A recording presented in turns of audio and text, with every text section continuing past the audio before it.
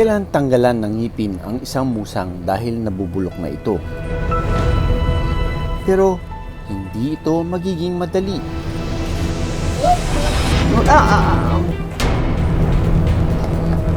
Kinagat niya ako dito.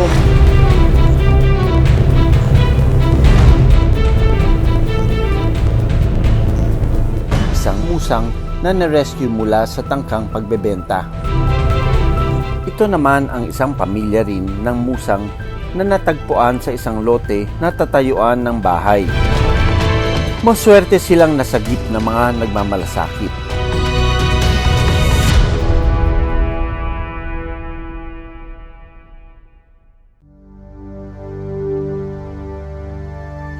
Wala sa wild, kundi nasa likod ng inidoro ang musang na si Sangsang. Dito kasi siya pansamantalang inilagay ni Erwin.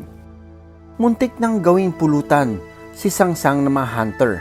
Mga ilang linggo na itong musang dyan? 2 linggo na po. And paano napunta sa kamay mo itong musang? Hiningi ko po dun sa kumpare ko at sabi niya po kasi may bumibili po sa kanya, babayaran daw kagad 800. At yun naman sabi, kakatayin lang daw po. Bakit mo tinawag sa amin? Naawa na rin po kasi ako at gawa nang nakita ko kulang ng pangil. Tapos may sugat sa silo. Marami ba yan dito? Marami po yan dito po kasi dyan po sa kabila po ay lagi nakaka-encounter ako dyan. Nababayaan ko lang po. May mga silo-silo ka ba nakikita minsan? Meron po. Ayun na yung ginagawa ko ay pinuputol ko.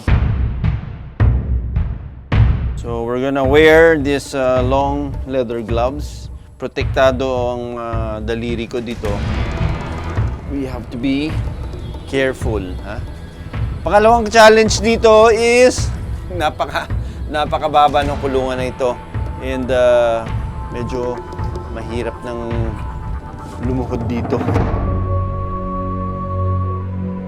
Sa kabila ng pagiging mailap at mahirap makita sa wild, nauulit at nauulit pa rin ang pagtatagpo ng mga civet cat at ng tao. Nasisilo o nahuhuli sila sa mga trap sa gubat at nagiging alaga o kabuhayan ng ilan. Kung gaano kabilis makuha ang isang hayop mula sa kanyang natural na tirahan, doble ang hirap para maibalik sila sa kagubatan. If you take out one species in an environment, let's say mawala ang mga civet cats, ang laki ng magiging collapse niyan sa ecosystem. Napaka-importante ng mga civet cats sa atin. Hindi lang sila sumikat dahil sa kape. Importanteng mabigyan pa rin ng pagkakataon na maibalik itong mga civet cats. They are an important seed disperser. They are important as a predator also to do the balance in the ecology.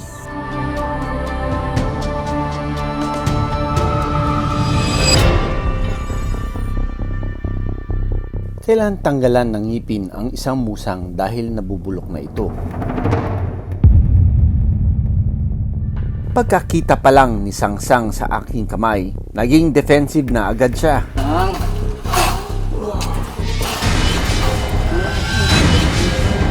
Magandang senyales, ibig sabihin, malakas ang wild instincts nito na dapat bago siya pakawalan.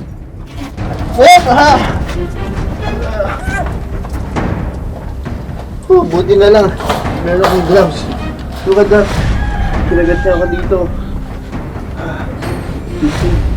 It's a female. Nabali yung ngipin niya. Nagkukos na ng infection.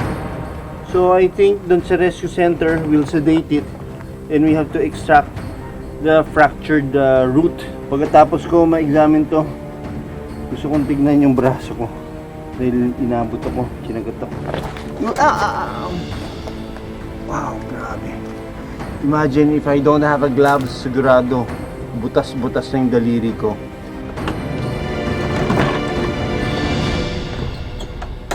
Kahit naka-glove, talab yung ngipin niya, That's okay.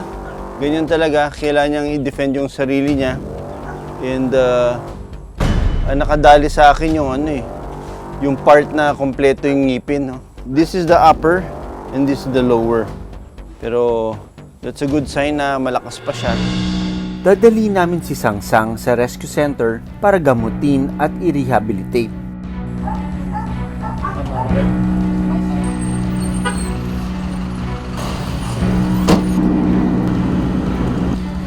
Nakita natin kung gaano ka-defensive itong si Sangsang. And we'll have to sedate her para magawa natin yung procedure. Chinek ko rin ang isang pamilya ng musang na hawak ng Department of Environment and Natural Resources. Meron palang mga tinurn over dito, isang pamilya ng palm civet. Look at this. Oh, may mga kits siya. 2? 4 na kits yung inanak niya. So, ganyan pala kadami pwedeng mga itong mga palm civets na ito. Pero, sadly, hindi lahat yan nagsosurvive in the wild. Nakuha ang pamilya ng civet mula sa lugar na kiniklearing para tayuan ng bahay.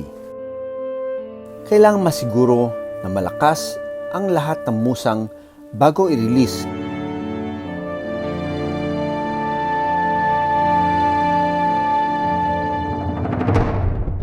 Now back to Sangsang. Isang hamon ulit ang kunin siya sa crate.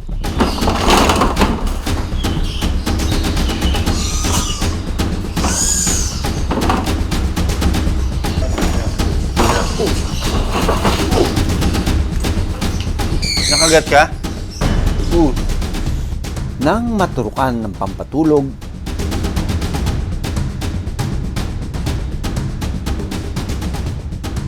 kasama ko sa procedure ang biology students ng UP Los Baños. Nakita mo yung kulay itim, oh. Yan yung bulok na yung ngipin. Yan yung part of the root that is decayed already. So it looks like I'll have to suture the hole.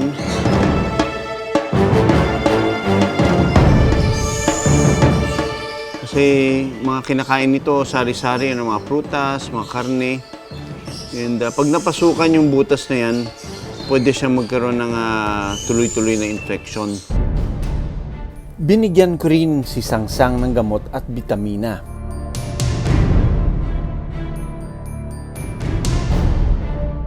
Hihintayin muna siyang makarecover bago i-release sa wild.